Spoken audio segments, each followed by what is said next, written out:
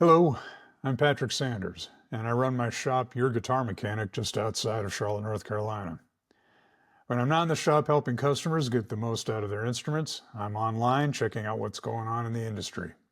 Most of my life, I've had a deep connection with guitars as a player and now as a luthier, and I wanted to get to know the members of my tribe a bit better, so I created Guitar Garage Talk, a forum where I can chat with anyone and everyone involved with my one true love, guitars. Let's see who's joining me in the garage today.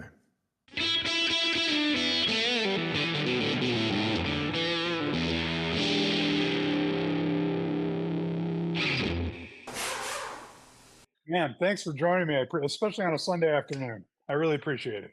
Oh yeah, well this is like all the time I have. I have 3 kids, so Wow. Okay. yeah. Man, that's a whole nother YouTube channel, I'm sure. Yeah. Oh yeah. Mhm. Yeah, I try to fit all this stuff in in between all the kids, and that's a lot of like waking up early, knocking all this stuff out. So, yeah. You are in North Carolina, as am I, and I just spoke with Humanoid Effects, Oh and yeah. he's out of Raleigh, and you just had a recent interview with him on your YouTube channel. Where are you located? I'm in like Moore County area, like Southern Pines. Oh, no, that's a very nice area. Yeah, close to Pinehurst. I'm from Colorado, so I've never been and lived in a state like this before, and I love it. Like, I think it's got a bunch more natural beauty, in my opinion, than Colorado, but that's up for You debate. mentioned that on one of your videos. What part of Colorado you're from? The Springs, Colorado Springs, just about Oh, an hour sure. south of Denver. Yeah. I have to ask then, Colorado Springs, it says on your YouTube channel, hey, if you want to support this channel, the channel is the Axe Guitar. hmm And it says in your information, if you want to support a vet, buy me a coffee. Yeah. So what branch? Army, Army. Yeah. I'm actually, I I don't talk about it too much because I like to separate the two, but I'm free to Sure. talk about it now. Yeah, I'm an Army nurse practitioner full time. That's what I do. That's my day job, and yeah, and I've been in the Army for, geez, I guess almost 12 years now. Is Yeah. that the reserve? No, I'm active duty. Yeah. Well, no, well, Uh, thank you for your service. I appreciate that. What took you from Colorado to the Triangle, or well, Southern Pines? the military. So I Okay. grew up in Colorado Springs, Colorado. My whole family is originally from like Detroit, Michigan. So all of my sports affiliations is like I'm diehard Lions fan, Michigan University. But it took me I grew up in Colorado, and then I joined the military, and that took me to like Washington State, and then I went to back to Colorado, then I went to California, I went to Iraq, and then I Wow. went to Bethesda area, and then now I'm here in North Carolina, and I want to stay here forever. So Nick, your channel is robust, I have to say, and I found you because one day I was searching for a question I had about a Floyd Rose system that I was working with. And Sure. geez, I have to say, you are not only are you a phenomenal guitar player,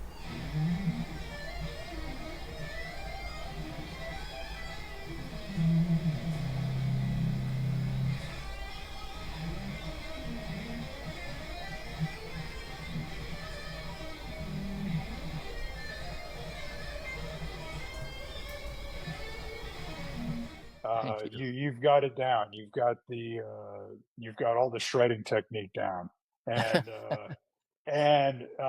but you also have a plethora of Floyd Rose related videos. I mean, you are turning into the quintessential go-to for anything Floyd Rose, it looks like. Yeah. And your channel has blown up.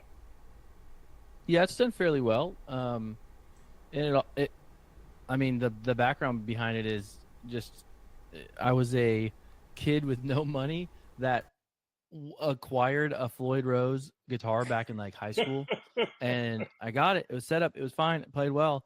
And then Oh, all of a good. sudden, I wanted to put it in D standard, right? Because it was in E standard. And so Right. I'm like, oh, okay, just like any guitar, you down tune it. And then it's Yikes. like, well, hold on, nothing's matching up here. Like I can get it to where I want, but now that there's no action, you know what I'm saying, on the guitar. Right. And so, and then so what happened is I took the guitar to get set up by some some retail tech at a Guitar Center, right? And then the dude ended up charging me like $75. So I was like, oh, maybe this is some complex thing that every time I want to do a down tuning or I'm gonna have to pay for this. And maybe this is just way more complicated than I think it is. So then over the years, finding out that the Floyd Rose system or any floating tremolo system is, I guess you could say, complicated. It has its quirks, right? But once you figure out how to use it, once you figured it out, it's one of the easiest things to use because it just keeps everything in tune for so long. So me realizing this, going through all the techniques and finding everything, and how to do everything, I started making YouTube videos because those are the questions I had, right? I started to think, how can I serve an audience in terms of like, I had this question. I'm pretty sure someone else has this question.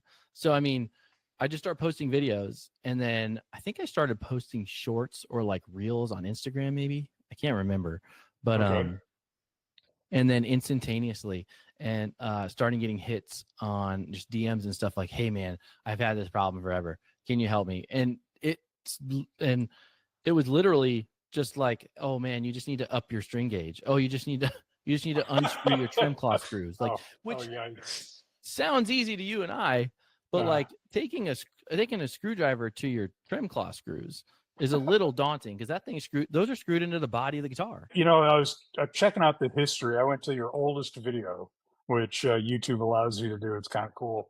And yeah, 4 years ago, your first video was a 27-second economy picking improv. And you've got this headband on and you're shredding on an Ibanez. And your first few videos were just you going, hey, dude, here's what I can do, But I see that it was like 130 views, 200 views. And then all of a sudden you posted one that how to fix your Floyd Rose tremolo spring tension, 26,000 views. That must have been when you were like, uh-oh, geez, maybe I should really, this isn't just for jamming. I need to be this informative, Yeah. Was that the transition period? Like, hey, I'm looking at my algorithm and this is the kind of stuff I should probably, were you thinking about getting a channel going at all? Or I've always kind of had like an entrepreneurial mindset, I guess you could say. It runs in my family. But it was more so like I'm a person that likes challenges, and so when I see it's like, oh, okay, I have this goal now of 100,000 followers. I think this is something I can do. I'm the type of person that will probably, in an unhealthy fashion, go after those things. But you're right. I was trying different things on YouTube, and when I found out about like the market for Floyd Rose knowledge, I was like, this is something we can run with. Because then you go and look on YouTube and you see nobody's really talking about this, or it's not the mainstay of their channel. You might find like a Floyd Rose special video, or a Floyd Rose original versus a 1984. You might find those here and there, but it's not really the mainstay of anybody's channel. And so that's definitely one of those things too, when you're building a channel. If anybody's looking for any advice out there, you kind of have to play around and see what sticks. You can come up with a great idea, but sometimes that idea just doesn't stick. I thought my idea was just going to be a general variety guitar channel. You know what I'm saying?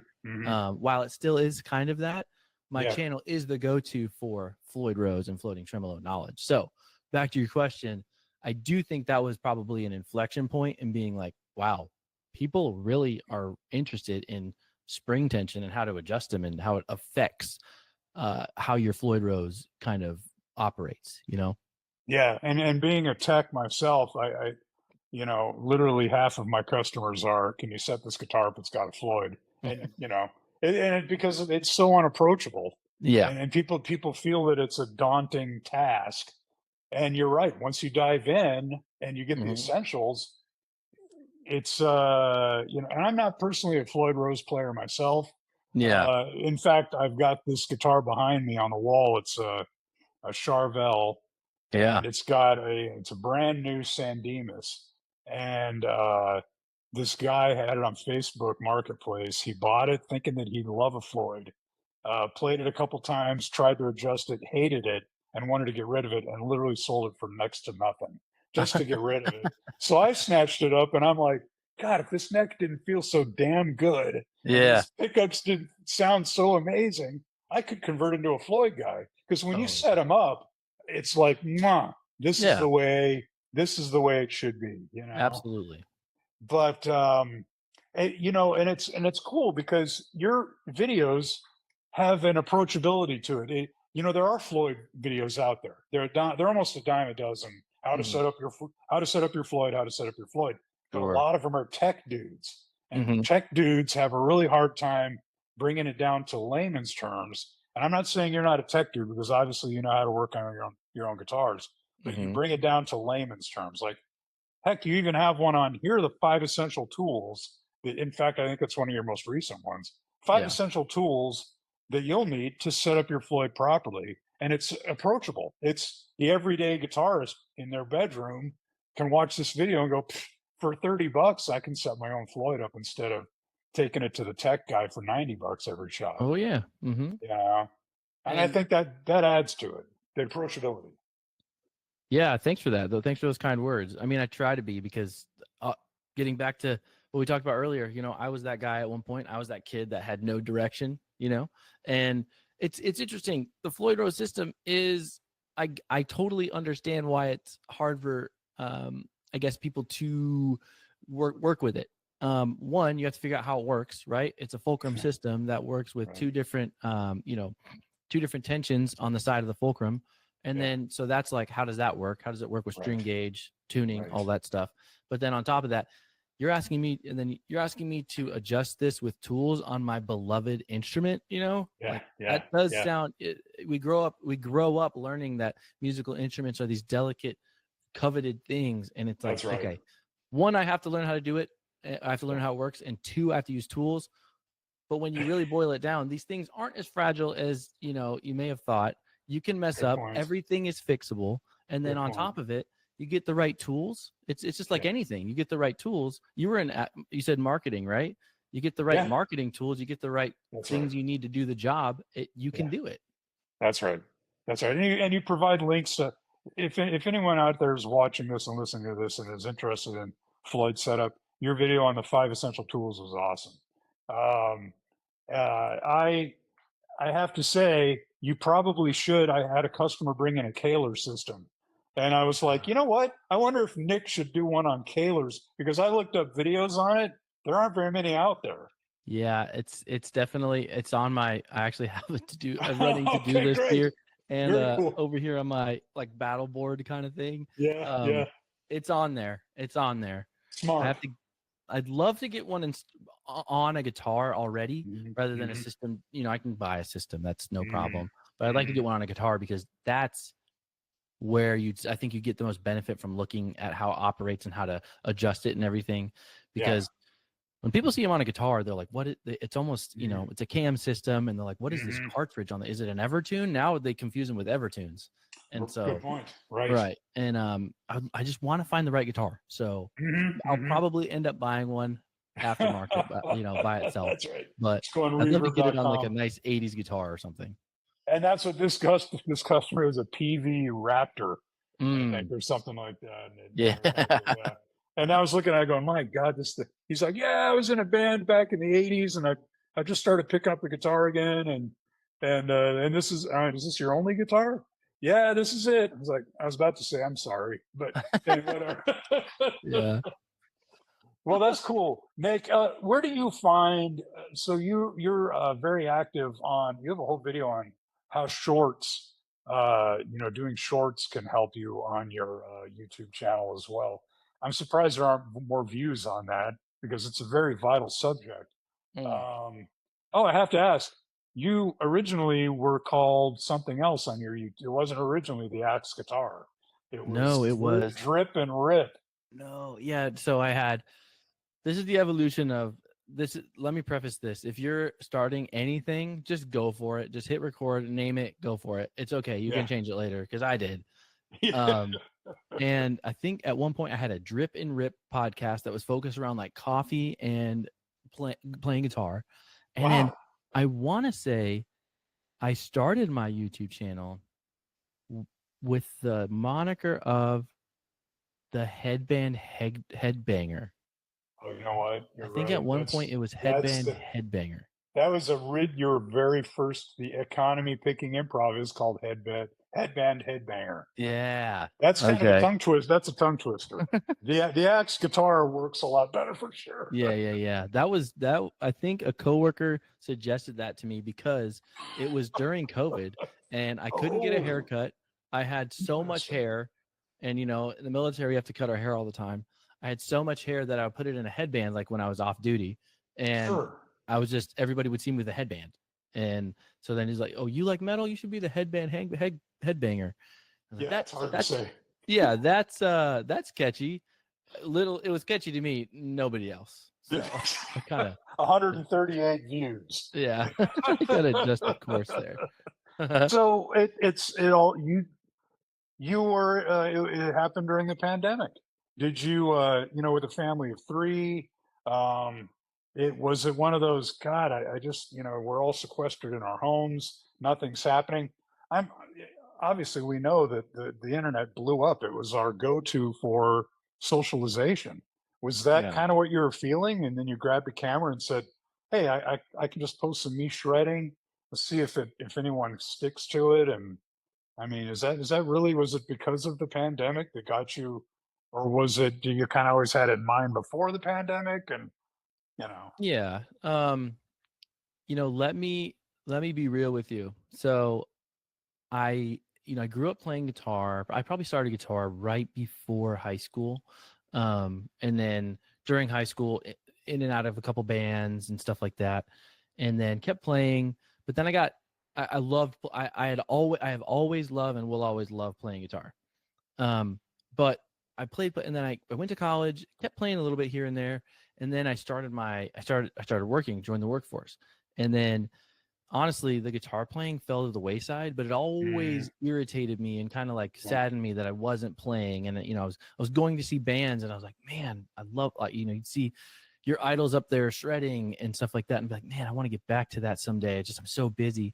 So then, COVID was honestly a time where things slowed down, and yeah. then I had still had at that time I think I had like two guitars that were just in horrible condition, and Your then Ibanez and it looks like a Jackson V, possibly, huh?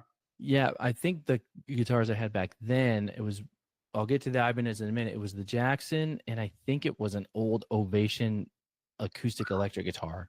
And it Gotcha. was and let's be real, I never played the acoustic. I still don't.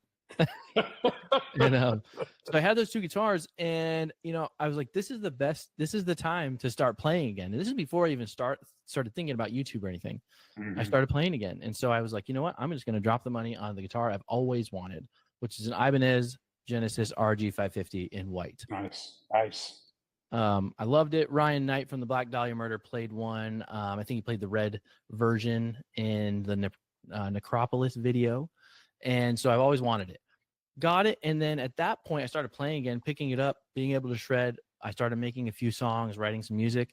And then I saw the YouTube stuff, and I just saw the possibilities out there. Like, Sure. people are making money, people are selling products, people are doing what they love as a side gig. And it's like, that I think I can do that because, and this is not to toot my own horn or anything, but I'm like, I think I can do it because I play better than that guy. You Yeah, know, I yeah. just, I, so I'm saying, you're saying there's a chance, right? Sure, absolutely. And so I took that and just kind of ran with it. And then it morphed into what we have today.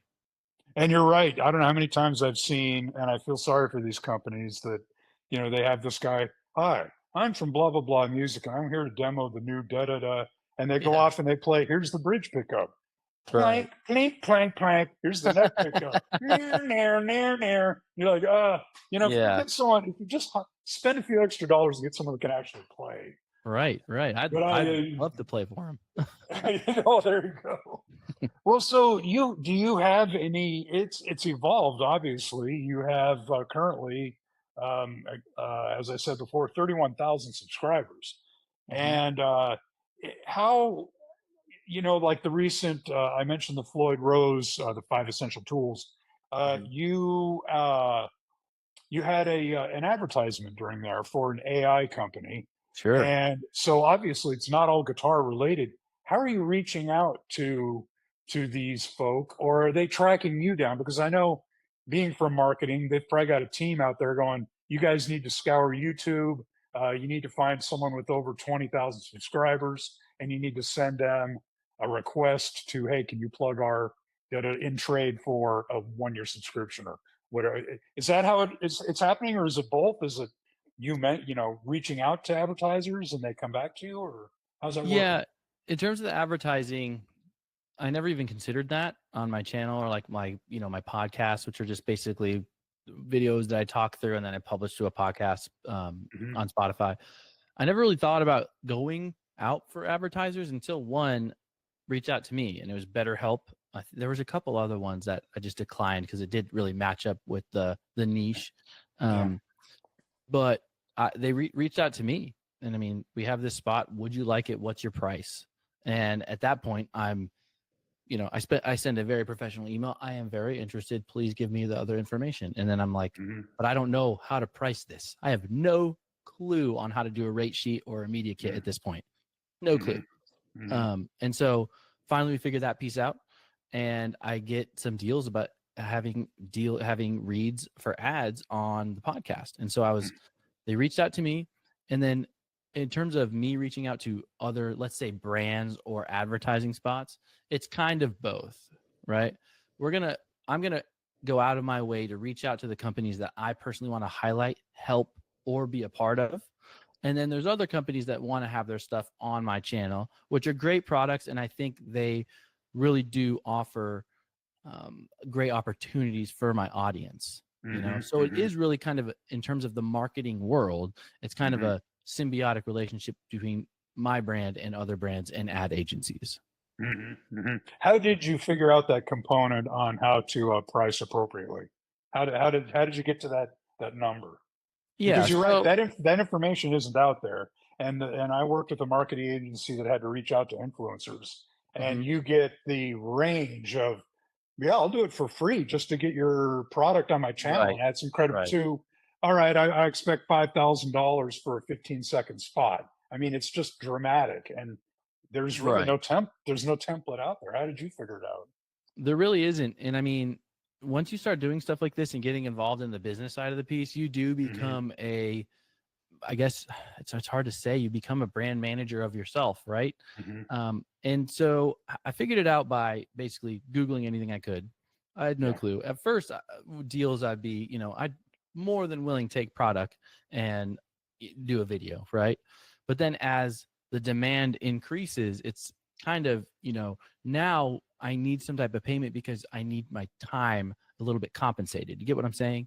Or else I'd Absolutely. just be doing, if I did stuff for free, I would be backed up until Christmas trying to do videos, right? And it's just Right. me. Right. So, one thing I do want to mention is, for creators that are making visual content, making long form reviews or reels, anything like that, one thing you have to realize is not only are you making a video for this brand and getting paid for the review, you're also making a tangible asset for yourself. And what That's I right. mean by that is once you make the video, it becomes that asset. You now have something that you can leverage, which Right. a lot of creators let that fall to the wayside because Hmm. you will Hmm. get follow-up questions. Hey, can we use your video on this? Hey, can we chop it up and do That's a this? good It's like, point. sure, but I need to be compensated for that because listen, what are you going to be using my image in perpetuity? And then when I get Hmm. like a million Hmm. followers, I'm not getting anything, you know? Hmm. I'm not saying Hmm. you should gouge brands, but this is the Right. business side of things that, you know, is a little bit, I guess, hard for people to talk about. But, that's something that I really want to hammer home to any content creators that are looking at the business side. Uh-huh. Uh-huh. So Mhm. do you find where obviously YouTube was your start and Mhm. Instagram was to follow naturally. Yeah. Are you finding retailers utilizing Instagram to reach out to you? Is this turning into is there a trend, or is it kind of equal, or because YouTube is, I mean, it's turned into a TV channel basically, Right. you know. Hmm. So obviously advertisers are gravitating towards that because there's well, obviously the visual aspect and long Hmm. form. But how do they compare Instagram and YouTube? But are they? It's different. I get some. I interact with some brands that strictly want shorts, and then I interact with most brands that want YouTube because it makes sense. YouTube is now being watched on TV by so many people. I read Right. some statistic. I guess it's like being. I never watch it on TV, maybe because I'm a little older. I don't know, but Mhm. people watch it on TV, and I think that makes it a prime selection or a prime vehicle for advertising, right? Yeah. Now, I get some smaller brands that are that it makes more sense for their audience because Mhm. it makes more for their audience based off age demographic, based off where they are, that would rather and they Good get point. more squeeze out of an Instagram or Good point. YouTube Shorts. Because I personally believe, and I think the research will support this, that YouTube Shorts does have kind of a different age bracket and skews towards a younger audience than does Mm-hmm. long form video, which Right. makes sense. If you just saying this off the top of my head, that makes sense, right? Absolutely. Mhm. Yeah, the attention span. Yep, exactly. Oh man. Which is something you have to So think about when you make content. It's like it goes against everything I would ever, I'm like, okay, I made this video, but in the first 3 seconds, someone could get bored. yeah, absolutely. And do you follow that when you go into your algorithms and your dashboard in YouTube on your channel? Do you, oh geez, it dropped off at this point, or are you getting that granular about it, or are you just, you know what, if it drops off, big deal. These people did stay through to the end, et cetera, et cetera. Because I did notice on the technique that you used on the, and I keep going back to the 5 essential tool of Floyd Rose. You did the teaser, and at the end of the video, guys, I'll tell you about the one tool you didn't realize that it. And Mhm. I, oh, well, I've seen this technique before. So obviously, you're keeping in mind that fall off and keep the audience engaged during the duration. Yeah, I look into that a little bit. I do have an obsession with looking at the analytics. Whether I act upon them is a different story. But Yeah. I do just keep. I just have some in like my battle board over here. I just keep some basic tenants on here, and it's let's see. I can probably read them to you. And this is for like the main. This is for long form videos, right? I have Okay. one. These are the can't miss principles. One, quantifying the question, so addressing the pain point, why someone would want to watch this video, right? And then establishing authority, being like, oh, hey, don't make the mistakes I made, or I've been doing this for X amount of years, right? And then explain and set the agenda. Do I hit those points every time? No, but I might mention them through different points of the video, and they're good things to remember. I'm not huge about paying attention to like the attention span. I do try to. Like I said, it's hard for me to envision someone clicking away in that many seconds. Like it's just hard to get so much info in the first 2 seconds. You know what I'm saying? That's yeah. And so I pick and choose what really is important to me. Whether it works out or not is kind of, you know, if God wills it, kind of thing. That's right. Organic. Yeah. They'll stay if they want to. Right. So, are you in a band currently? No, not in a band currently. Do you do any recordings at home? I Personal haven't recordings? recorded in a while. I am talking with someone about doing a solo spot in their upcoming album, which Oh, cool. might be something. Yeah.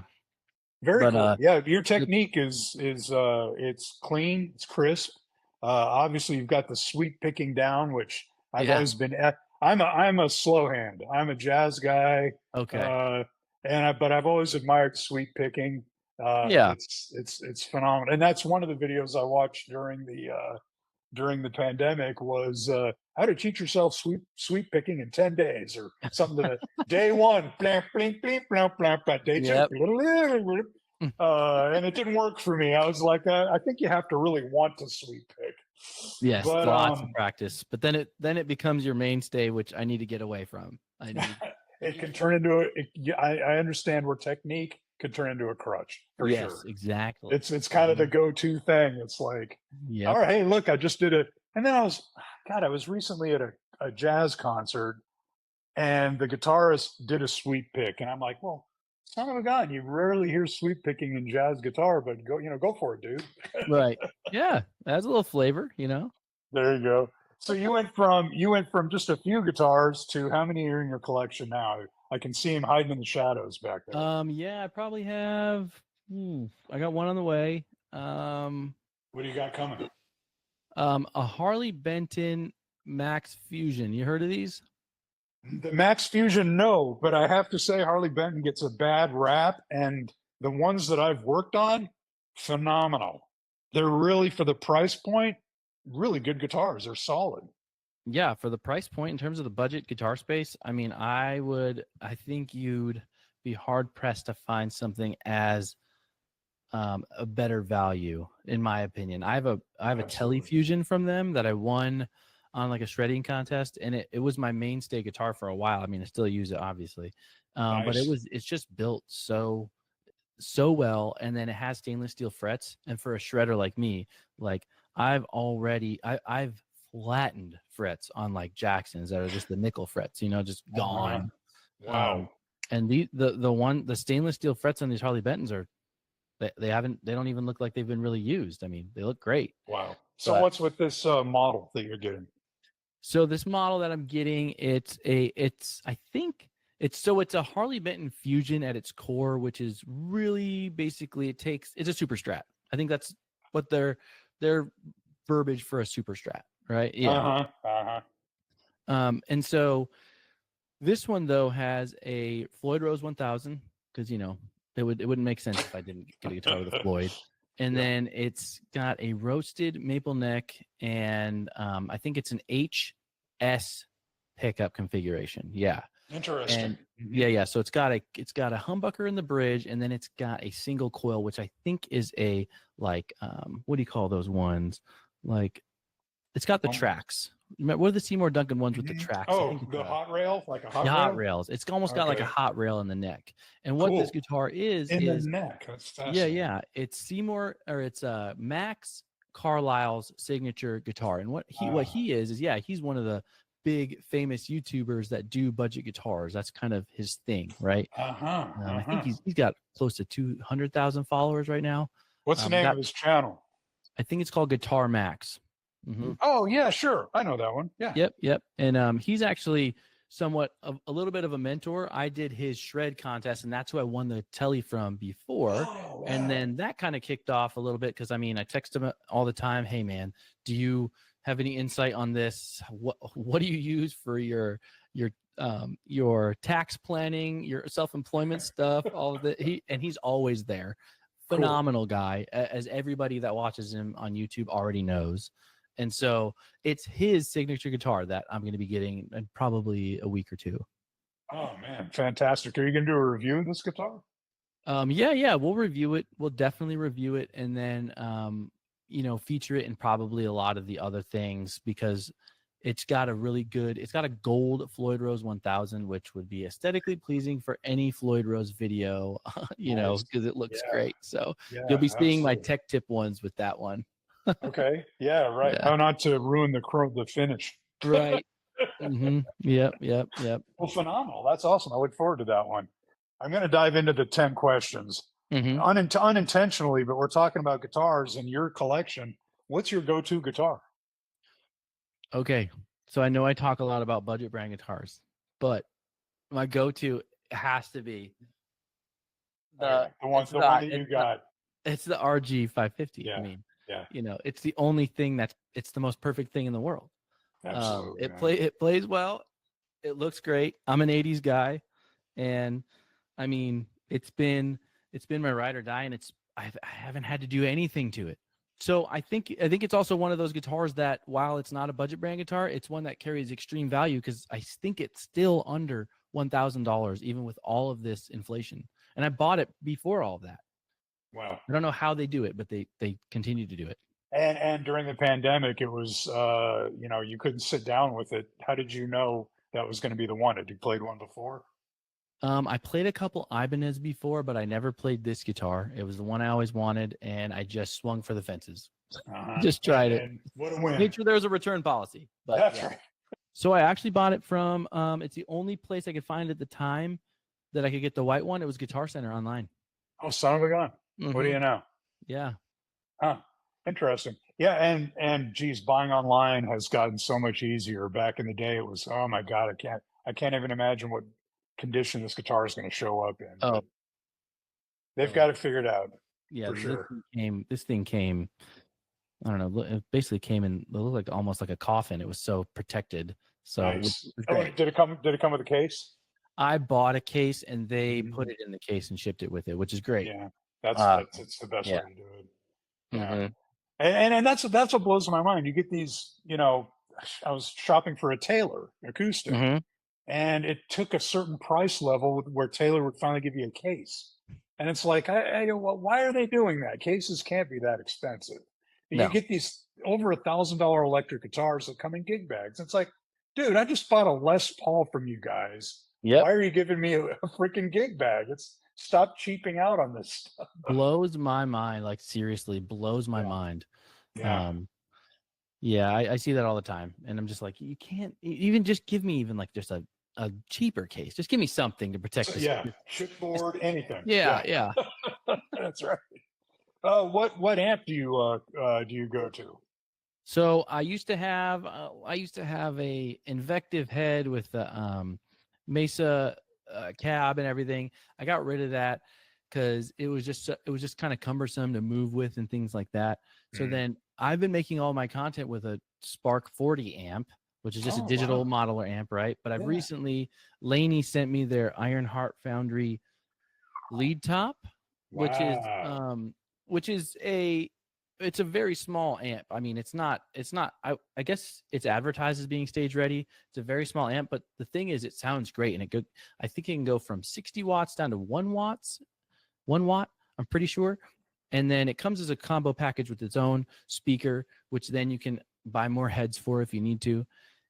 So that's what I use right now, and I record guitar through an SM57 Shure mic, of course. And Nice. then, but that's what I'm using now. I'm using kind of both for Hmm. content and for shorts. Something that just social media, usually just use the Positive Grid Spark 40, and then Sure. for longer stuff that I really want to sound phenomenal, I use the Laney amp.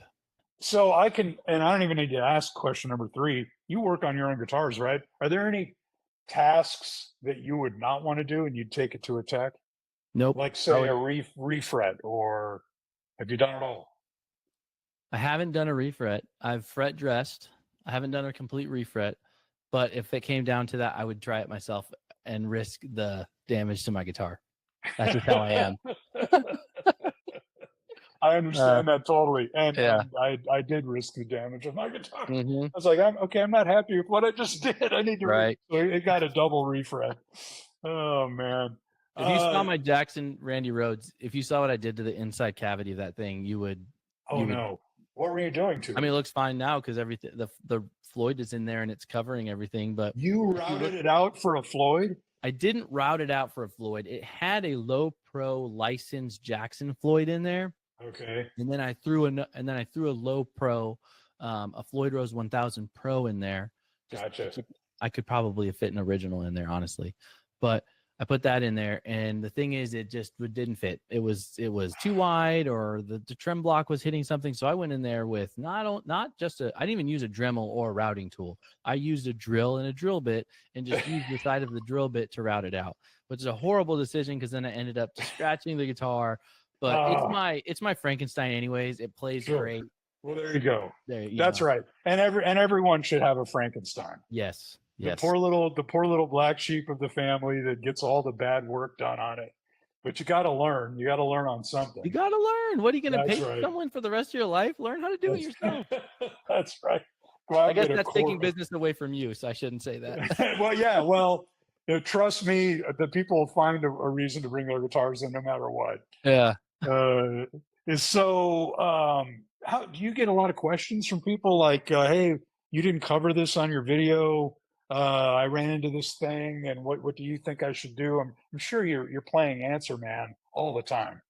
Oh yeah, and the easiest thing I would say daily, I'm getting a couple messages about Floyd questions, Wow, and which is great, which is awesome. I mean, from around the world too, you would be wow, impressed. I mean, it's everybody. wow. And yeah, and the easiest thing is I'm like, hey man, snap me a picture, send me the picture. I can do a lot more with a picture than what you're telling me. That's right. And they send me it, and I mean, we can get most of these Floyds working well, or just over just a couple pictures. I'm like, hey man, listen, you your trim claw screws are in all the way in your guitar. There's no more, and At that point, I don't know. Yeah. But, or, hey, oh, you're telling me that you used a lighter string gauge? Yeah. So you're going to have to let up on those springs. Or, oh, your Floyd, when you dive bomb, it stays flat. Well, that's probably a lubrication or a burr of the knife edge issue. Take a look, take that thing out and take a look. There's been tons of times where I've seen what they have going on, tell them to look at the Floyd, take it off, and then it's like, okay, that's what you need to fix. I might not fix it for them over the phone, but they know, or over DM, but they know, okay, the base plate of my Floyd is ate up. I could probably upgrade. You're probably astonished at the variety of questions. You probably get new questions you've never answered regularly. Yeah, I mean the one, you'd think there'd be a limited amount, but there probably isn't. Which is, I thought I'd run out of YouTube video ideas, but I haven't. I mean, I thought it's just this one mechanism, a Floyd Rose floating trim. How much can you talk about it? But there's more and more things. That's right. Have you had Floyd reach out to you, or have you reached out to them at all? Like, I'm not sure how that would work, but yeah. So interesting you should say that. So I put out a video, and I can talk about this now. It's actually probably a good forum to talk about this. I put out a video, talked about the changes with their original tremolo, and it was talking about the different or the changes that they did to the original. And in my eyes at the time, without having talking to Floyd, was, wow, they made these changes. They took off the made in Germany stamp. It was gone. Then they switched to CNC routing of the saddles to where the saddle blocks were rounded and the wells were saddled. And then they changed the actual mechanism that the tremolo fit on the base plate. Okay, so those are big changes, and nobody knew why. And I speculated, and I put some speculation in the video. What I talked about, I don't remember really, but I was like, what's going on? Are they? And then at that time, since they moved the Made in Germany stamp, I kind of basically come to the conclusion that they were moving manufacturing to the U.S. And so I came up with that on my own in the video. How did you see these changes? Did you buy a guitar with one of these new Floyds and like, hey, this isn't the original? How did you know? Just paying attention online, and then I bought an original just to have as my stock original. Didn't have any of the stuff, and it looked different than the originals I had before that were on the guitar. And then I get a call. I get a message from Floyd Rose, Andy, the president of AP International, and then James, associate he worked with, James. Both phenomenal people. But they call and they said, "Hey, this is the president of Floyd Rose. Can we have a conference call with you?" And I was like, "Man, is this how I get my cease and desist letter? Like, is this it?" But then I was talking to my people that I would confide in. They'd be like, they would have sent you that in the mail or got a hold. They wouldn't have reached out to you directly. Like, okay. So then I had a very long, lengthy conversation with the president of Floyd Rose and James, his associate, and they told me the plans of what was going on, and then kept that close hold for a while. And now they have their original made in the U.S., which is such a phenomenal move in my opinion. And there's a lot of background story for why they changed everything. Schaller was actually making some of these changes. Unbeknownst to Floyd, and then so Floyd, just admirably was like, let's just start making these in the U.S. And so I think they still make them in Germany, but they're bringing most of it to the U.S. Gotcha. And that's, if there's no better recognition for your channel, it's that they actually tracked you down instead of this guy who cares what he'll figure it out. It doesn't matter. Yeah. But that's phenomenal, dude. That's recognition.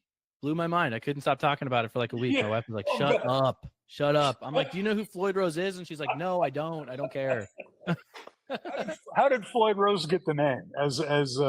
Is it a combined name from two different people? Is there a guy named Floyd Rose? Where did that come from? Yeah, came from Floyd D. Rose. He invented it. He was I know the story pretty good, but maybe the details I'll mess up. But he was a jeweler. He made he made metals. He knew how to work with metal. Let's just leave it at that. And so he was also a guitar player and used his whammy bar a lot, used a tremolo a lot. And he took the time to look at the nut and saw that the string was sliding across the nut. So long story short, built a bunch of prototypes and then eventually came up with the Floyd Rose that we have largely today. Yeah. And I'm telling you, as a tech, I don't know how many times I've so afraid that that string is going to snap out of that saddle and pop me in the eye Oh yeah. because it defies physics, especially when you get on like the non-wound strings. Mm-hmm. It just defies physics. It does. And I mean, that's like half of people's problem. How do I get it to stay in the thing? And I'm like, That's right. yeah. So that's What a would lot. That's a you, big problem too.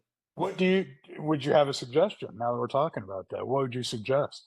Yeah. So Because I have a couple techniques that other techs have told me. yeah. I'm So wondering what your technique is. statistically, you got if you're having problems with that, you're probably tightening your saddle way too hard, right? You're really pinching the string down, you're thinning it out, and you're making, the string is around it's got a diameter to it, right? And that Sure. keeping that diameter as intact as possible without smashing it down, which you have to smash it down somewhat. That's going to keep it more structurally sound if you can keep it circular, right? Yeah. If you cut into that, make it flat, you're thinning it down, you're probably going to perforate it. And Good then point. Even on on the top of that, non-wound strings, you have the risk of flattening it out. That's a right? good point. Yeah. Yeah. And then another thing is, well, what quality of saddles do you have? Have you looked inside of your saddles? Are your saddles, That's right. were your saddles poured or were they cast? Because if they're a cast, then you may have something, you may have a burr in there that just keeps cutting it. And then on Good top point. of that, are you using trim saddle blocks that you bought secondhand or you're using from other guitars? Right. These are actually some of these questions that we ask in medicine. It's like people come to you, it's like, oh, I've been using this medicine for X amount of time and it doesn't work. And I'm like, well, how are you using it? And it's like, oh, I was supposed to take it every day, or I was supposed to take it at this. I'm like, well, if we take it right or if we use it right, we might be on the right track. So, that there's a triage to it. And there's actually something we're working on, and it's called tremolo first aid. And it's something that I think we're going to probably publish a book about it where we come up with different Floyd Rose tremolo diagnoses, what the differentials would be, and then how you fix them. That's my medical mind applying. Awesome. That's a great idea, because I've heard techniques. One tech told me he pulls the saddle out, the grip, and he runs it on a fine sandpaper to create horizontal lines, and that creates an extra grip along the string base. But like you said, if you're not doing that right, you run the risk of creating burrs that would chop into you. So you need to be super delicate about that. Then another technique would be getting needle nose pliers and putting a little U shape at the end of the string so there's more gripping capabilities when you pop it down in there. I never thought of that. I just found out about it on Reddit, and I'm like, you know what? I'm going to try it, and it held. And and I'm not sure. The only downfall to that I could see is that the string suddenly is riding a little left or right, depending on where your U shape is falling in there, right? Of the ridge that it's running through on the saddle, and that's not an advantage. So there's, you know what I mean? If all these techniques that could prevent that, if you're, like you said, use as directed, then you'll get phenomenal results. Yeah, and with that U shape, if that's going to ride on one side or the other, is that going to affect the resonance of the string? That's right. That's right. So, but this is like I mentioned for several things before this, just play and find out. That's right. It's just the best way to learn anything on guitar, I feel. Absolutely. Just get out there and try it. and God, wouldn't it have been amazing to hang over Eddie Van Halen's shoulder while he was hanging out in his lab, dude, just going through all that stuff? I mean, he came up with so many patented the D-tuna, and it just phenomenal mind. And a lot of guitar players aren't tinkerers. And I think you benefit from diving in and learning how to change the oil in your car, or change a spark plug. I mean, there's something to it. Yeah, and everything. Just my father-in-law tells me this all the time because he's a contractor and he remodels bathrooms and everything. He's like, listen, there's more benefit in you trying it and messing it up because one, you learn, and then two, everything's fixable. Sure, it might come at a cost, but everything's fixable. And when you look at it that way, you're like, oh, everything is fixable, especially nowadays. It was a huge leap for me I started out as a guitar player and treated all my guitars with kid gloves. If you came into my room and saw them hanging on the wall, you had to ask before you touch. Oh, wow. But I know I'm bad that way. But when I made the leap into, you know what? I've been working on my guitars for decades now. I think I'm going to see if I can make some money on it and start working on other people's. There was a huge leap of faith of trying to understand that yes, you need to be gentle with other people's instruments, but you're right. Like you said earlier, it's a very robust it's a very robust item and Yeah. can handle a screwdriver if done right, you know, et cetera, et cetera. There's a lot of forgiveness there, and you're not going to mess it up if you dive in and start doing this stuff. So there was that huge bridge between uh, having that leap of faith and trusting yourself that you're not going to mess it up, and that you know the customer needs to feel safe leaving their guitar with you. And it was harrowing to say the least. And my wife went through so much agita seeing Yeah. me come out of my lab going, oh God, this isn't working the way. She's like, what now? What now? What are you going through now? Yeah. And then I tell her, and I get the deer in the headlights look, like I don't even know what you're talking about. I know, but if you Right. did know, you'd feel my pain. Oh yeah, your wife and my wife could have a conversation about our new roasting. I Yeah. feel so sorry for partners of guitar players Yeah, and exactly. collectors, and yeah. So if you had to pick one, and I think I know where that this is one of my questions too. If you had to choose vintage or modern guitars, I think I know what your answer would be. I don't think I see one vintage guitar on your wall. I don't know. So I saw this question and it got me thinking. So because I don't have any vintage guitars, doesn't mean that I would pick one or the other. Now, let's say, okay, if you were to tell me just if I appreciate modern versus vintage, I would tell you that I appreciate vintage a lot more. Like I love the idea of a vintage guitar, right? Sure. Downtown Southern Pines here has this guitar shop called Casino Guitars, and it's Oh. all like Les Pauls, great PRSs, good, a lot of Gibson SGs, 335s, and a lot of old, prior used guitars that are like, you know, 50s Les Pauls, 60s Les Pauls. What I would give to like have all of those, you know, isn't it? But you're also looking at a guy who the genre of music I listen to, the genre of music I play, a lot of modern guitars have adapted to that type of playing. I mean, you look at the guitars that Kiesel's putting out, you look at the guitars that you know all these headless are putting out.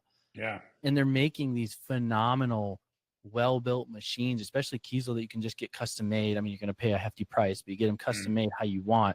And these guitars are finally built for our music. You know, it was great and all using, you know, Jacksons were great for the 80s and everything, and they still have some punch. And I mean, they've grown into the heavy metal and death metal scene, of course, but now just new guitars and modern guitars are being built for us, and it's just hard to not love them. You know? And you can see companies like, for instance, we were talking about Harley Benton.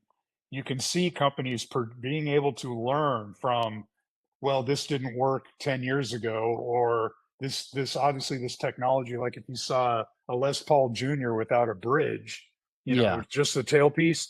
Well, obviously they figured it out at Gibson. This isn't really a player's guitar because you can't intonate it.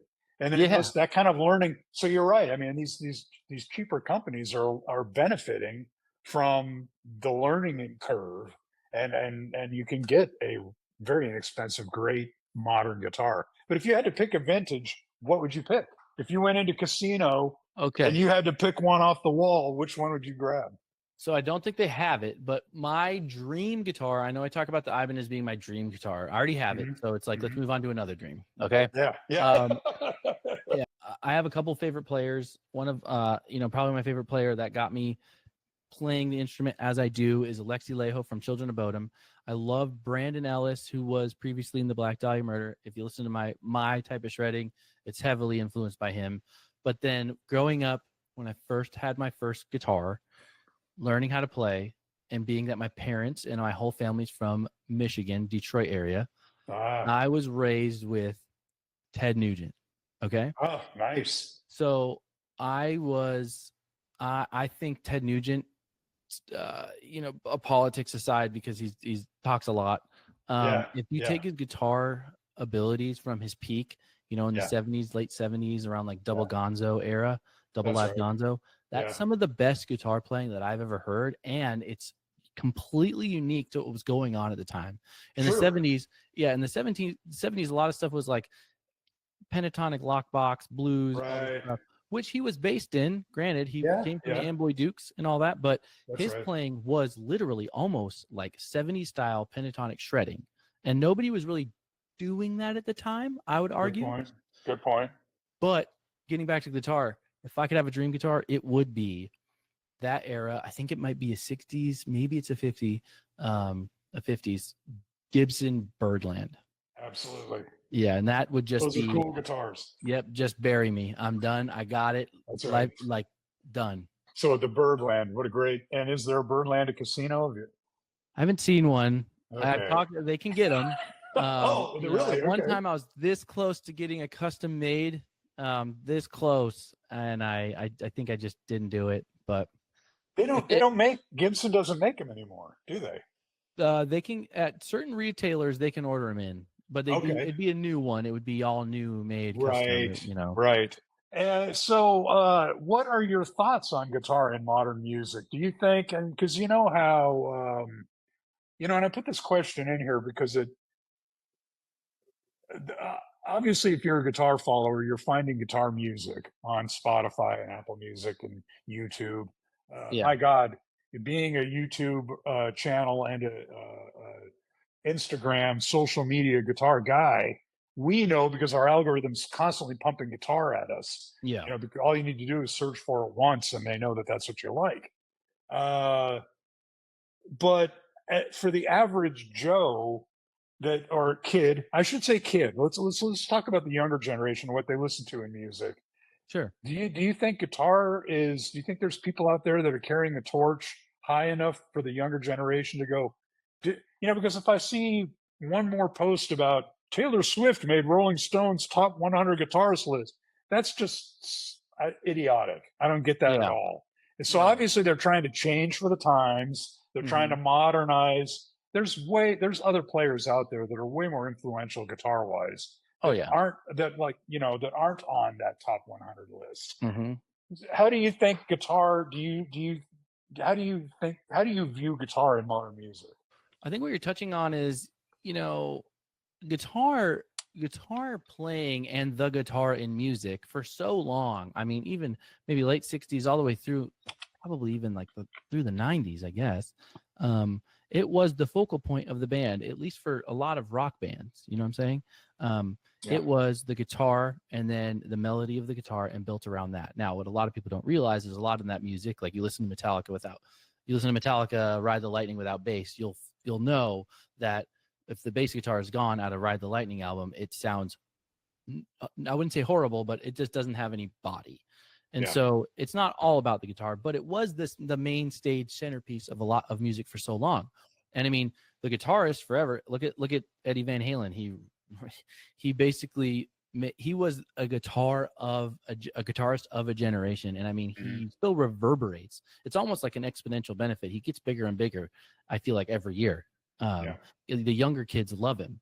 And the thing is, the guitar playing was the focal point of culture, I think, in America at one point. I really think it was part of American rock and roll, and guitarists was part of the culture. I just don't think it's part of American culture as much now.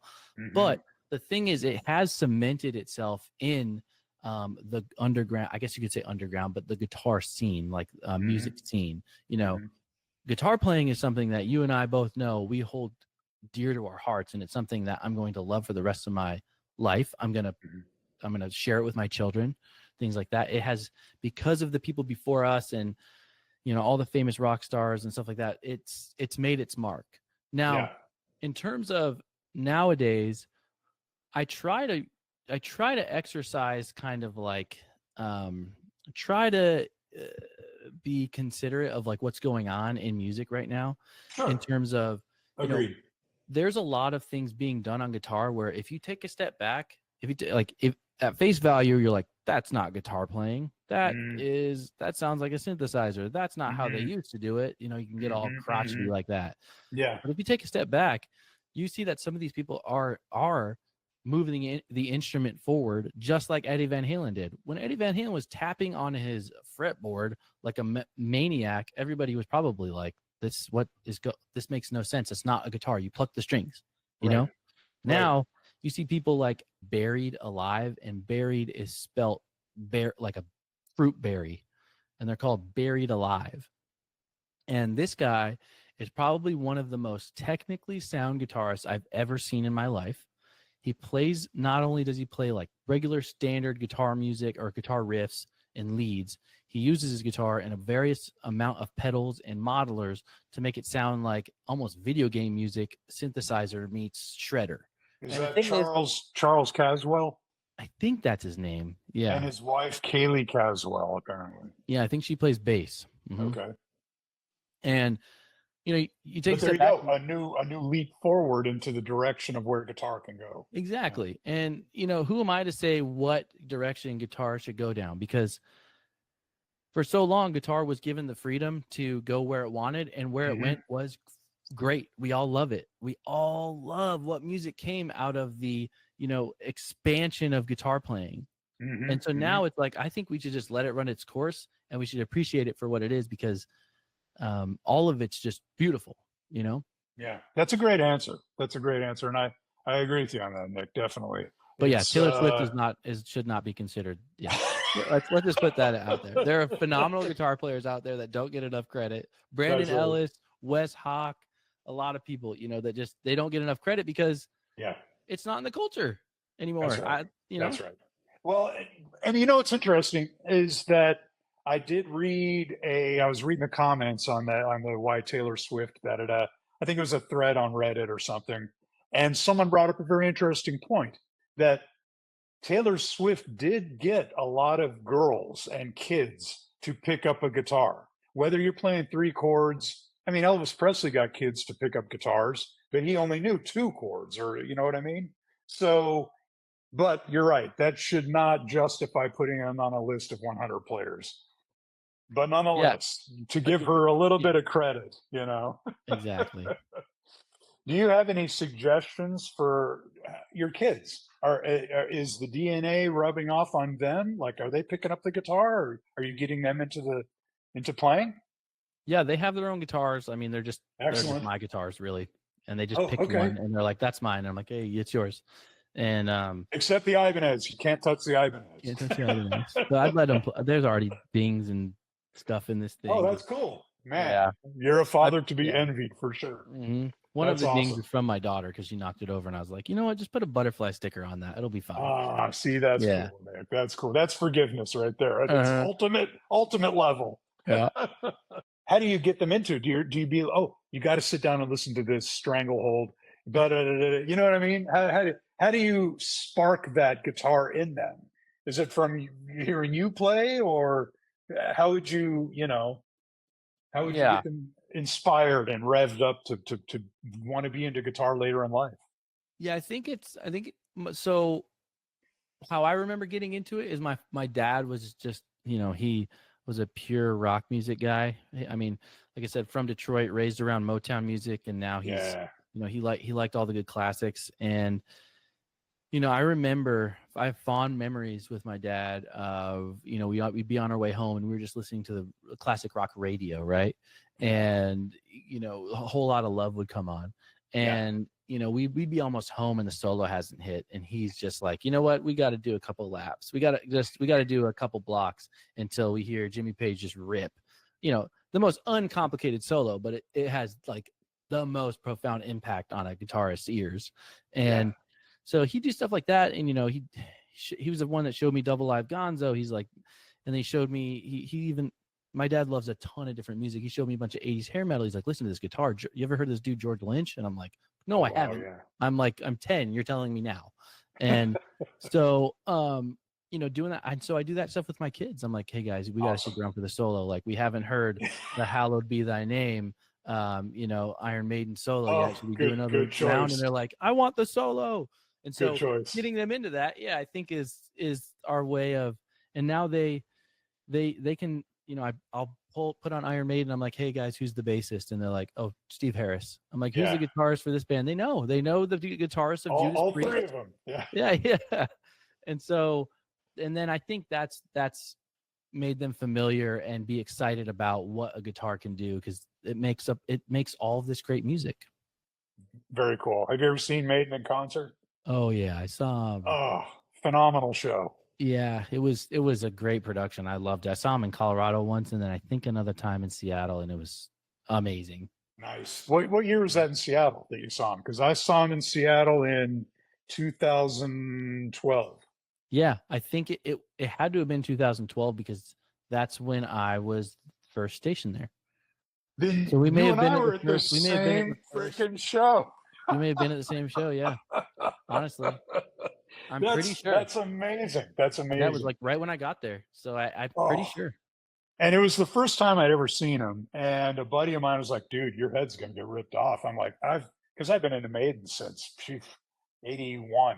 Yeah. And it was a phenomenal show. If you could have a jam session with a legendary guitarist, living or dead, who would it be? Ooh, Yeah. that's a good one. I got a couple, but I have to choose one, huh?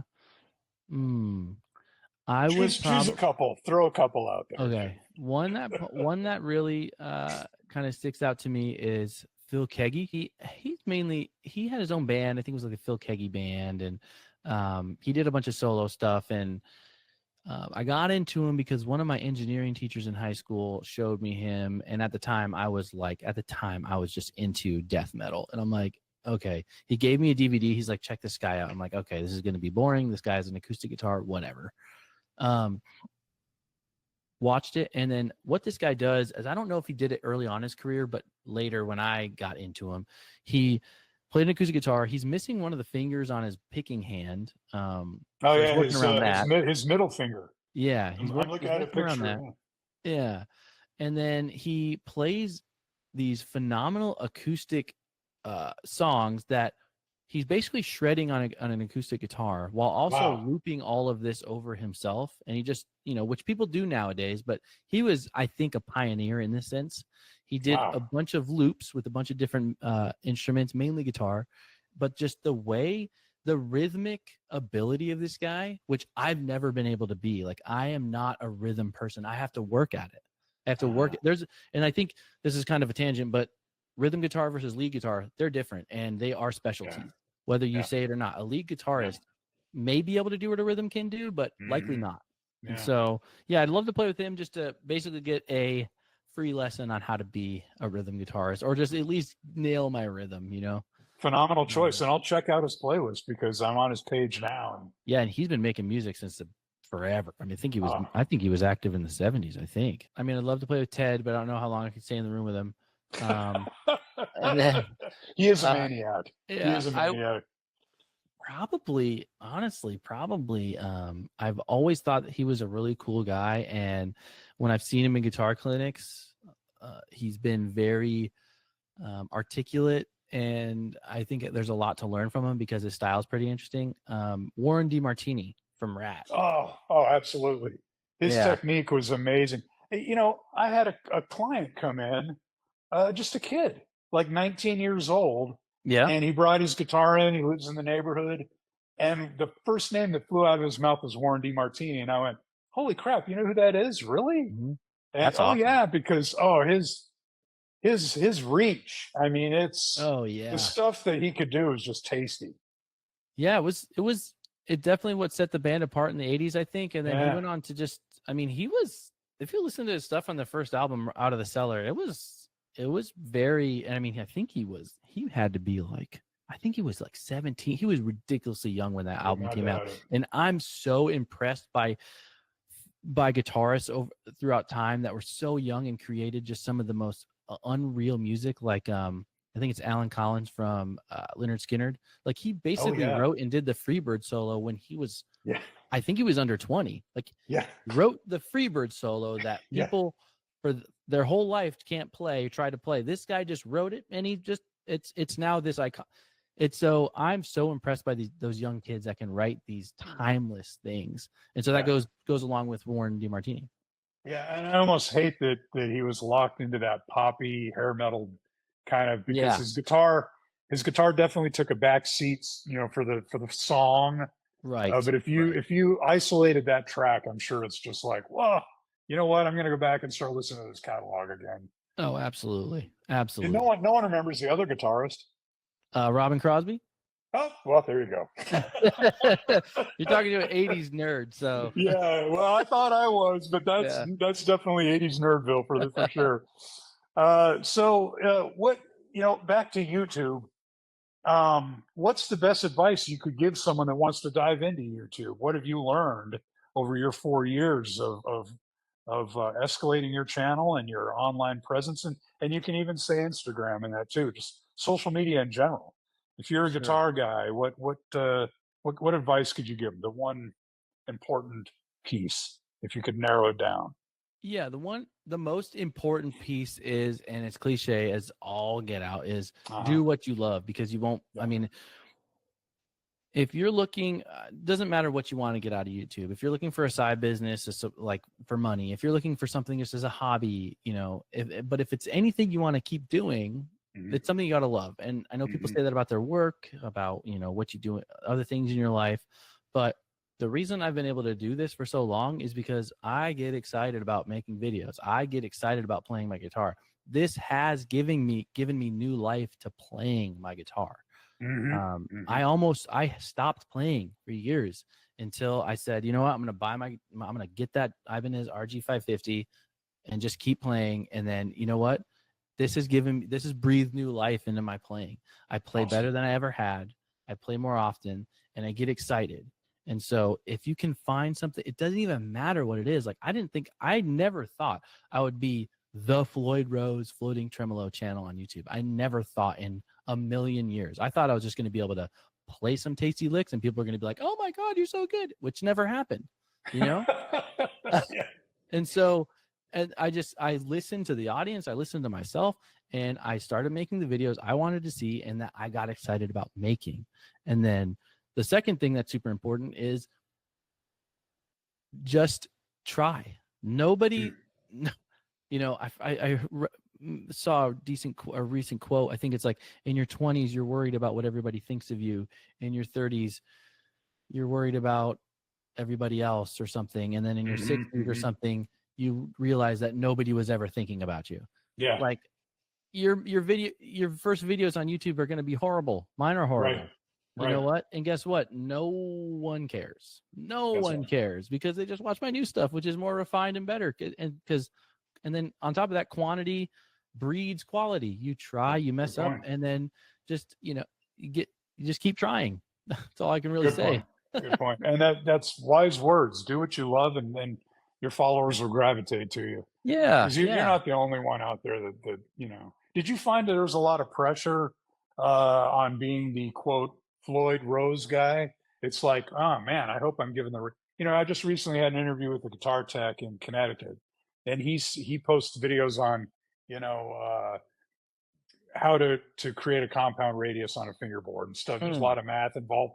He said that he gets comments to the point where he ends up taking down the video and then adding parts in, like, you know what, you might want to keep in mind this, because some people tell him in the comments, and yeah. he sometimes edits his videos up to 4 times before it's true and final, and he's comfortable that he's guiding people in the right direction. Do you find there's a lot of pressure, or was there in the beginning? Like, geez, I hope what I'm saying is the end all be all of Floyd Rose or whatever the content may be. Yeah, I do pay attention to that. I definitely do. I don't want to put any wrong information out there. Like, I'm not perfect, and nobody Right. is. Right. I don't have a degree in this or anything. I'm just offering some stuff that I know when I was a kid, I wish I had and saved Yeah. some time. And so I do take some of that feedback. I definitely listen to it. You see me on the comments in YouTube. I definitely talk to my audience, and I'm like, oh, good point. Sorry, blah blah blah, or that's a good topic for another video. My stuff is pretty surface level, which I think benefits the channel because, if I want to go in depth, I can make another video about that. Oh, if I missed this, I can make, another thing. And so I'll be honest with you, I do not feel any pressure Because I Good. still think this is fun, and I'm still Yeah. having fun, and it's not, it's nothing I'm staking my life on. And Sure. I'm just out there with the audience and trying to help them get through these pain points and Right. how we're getting there together. It might not That's be right. perfect, but we're getting there together. And if Floyd Rose has to call me again about another video I've done, then so be it. Yeah, right. Best concert that you've attended? What was your Ooh. what was your first concert? All right, my first concert was a concert my father took me with my brother, I Perfect. believe.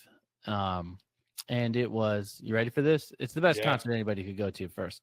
It was, who opened for him? I think it was Queensryche opened. Poison was Wow. after them, and then Kiss. Wow. Yeah, that Wow. was my first concert. I was blown away. Before Queensryche made it huge, it was, and of course I'm going to start dating myself. Yeah. It was 1983, or it must have been 83 or 84. It could have been 84. And I was at the record store, and I was like, I pulled out their EP, Yeah. and it was this purple and black with the Queensryche logo across the front. Mm-hmm. And I was into Sabbath and Maiden and Priest, uh, and I was like, who is Queensryche? What is this? And it had 4 tunes. Yeah. Queen of the Reich was Queen one of of the them. Reich. That's the one that blew my mind. I was like, man, these guys are really good. Is this all they're gonna do? And then Yeah. suddenly they became huge. Very much changed. I think Operation Mindcrime was a concept album. Oh yeah. It was very different than the Queensryche that I was hoping that they'd become, honestly. Right. Yeah, because they started out as kind of like man, almost like it's hard to explain. Almost like, I guess you could say, a Maiden-ish kind of influence, Yeah. where An operatic, Yeah. dramatic storylines. It's not about love. It's, exactly, like typical heavy metal like stuff, fantasies. Yeah, and I was into Dio, and it kind of followed Yeah, along that vein, that exact right. vein, yeah. Yeah. And then they come out with, Jet City Woman, Eyes of a Stranger, all that stuff, which Right. I have grown to absolutely love. So, Sure. And over the years, even though I first heard Silent Lucidity, I was like, oh, these guys are ripping Pink Floyd off. Come on. And then I went, you know what? It has its own thing. I hear Yeah. Silent Lucidity now, and I harken back to when that was cool. Mhm. And it's a definitely a good song. Yeah. It's just one of those things. I think as I age, I just get more. That's I right. give bands another chance, and I'm That's just right. like, you know what? Who am I kidding? I love this. Yeah. And I have to say, being a metal dude, I freaking hated AC/DC back in the day because Really?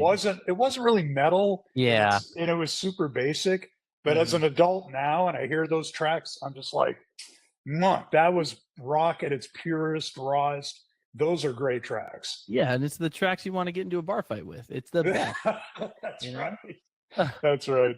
So if you then, Nick, and this leads to the big question that I ask everybody on my podcast.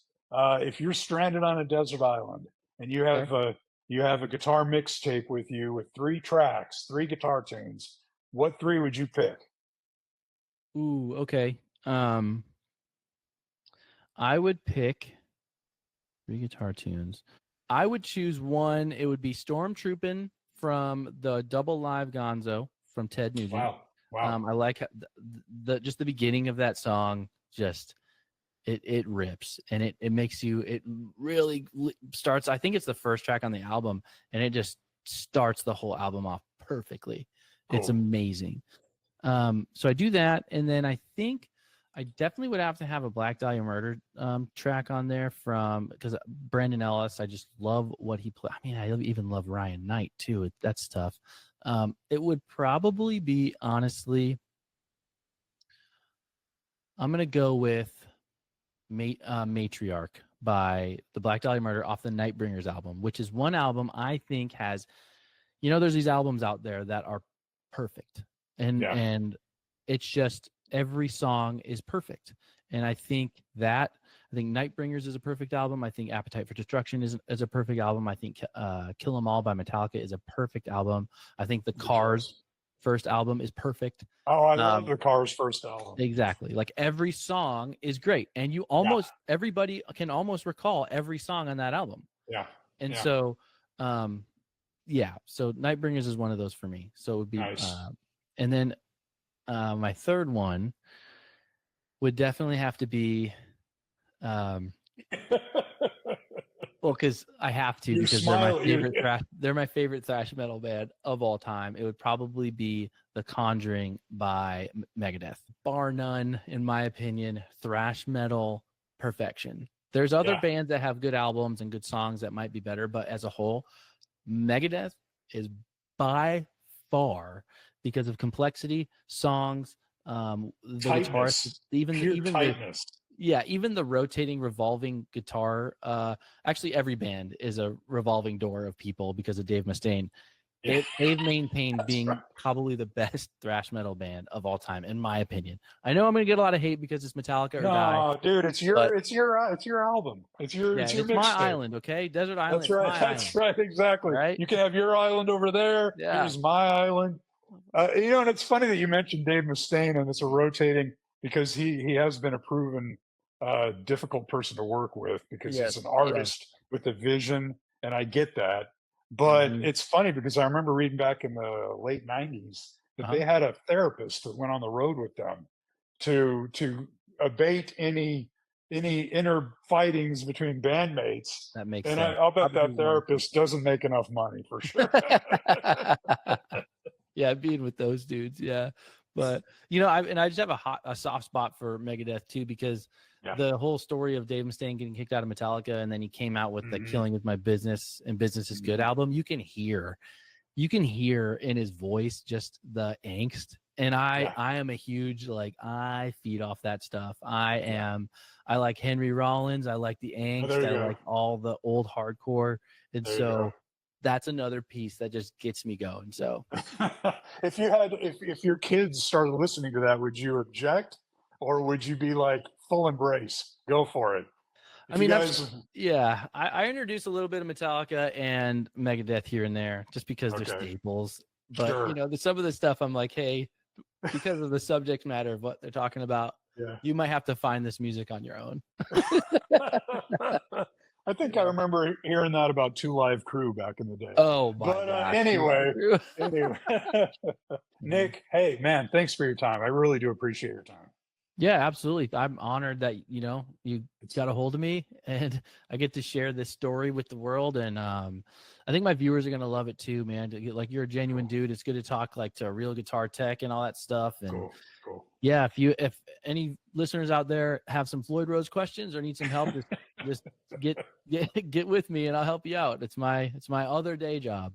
The Axe Guitar, and is it also the Axe Guitar on Instagram? It's a Nik Axe Guitar, NIKAXE Guitar. Nik Axe Guitar on Instagram and the Axe Guitar on YouTube. Yeah. And Nick, thanks again, man. You too. Bye.